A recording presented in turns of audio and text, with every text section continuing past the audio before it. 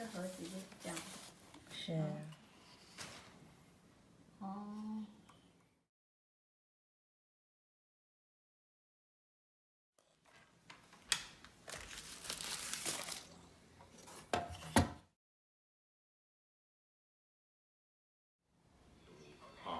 真正的机上盒，大家现在，可是这个东西是在卖别人的视讯，它是一个不对的。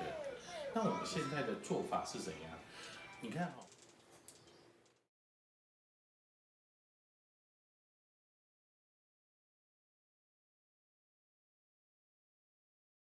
的发展是从以前的有线化，一直到2G、3G、4G、5G 的一直的发展。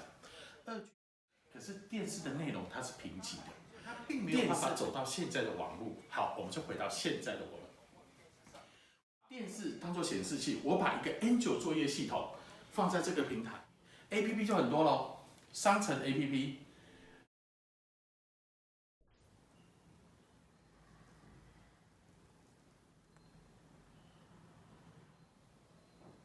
丰盛购物啦，某某购物一样。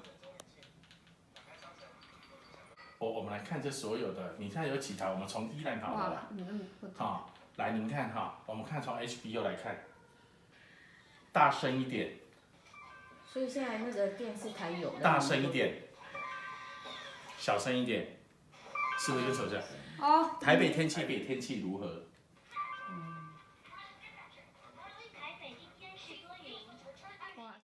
我这是登记第1号，在 NCC 测试过的蓝牙语音遥控器。你现在台湾不用钱哦，你看网络要钱吗？不用。不用。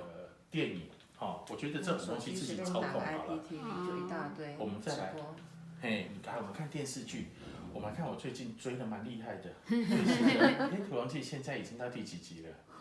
它已经到42集了。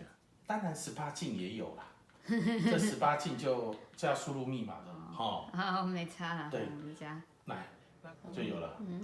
好，那我们再回复来啊。那当然是小朋友的娱乐也有，好就好了。它是一个平台，我们来看哈，它 YouTube 平台的时候是人家上传，点，看不完了。2018电影。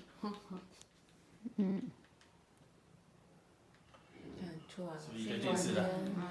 我在想。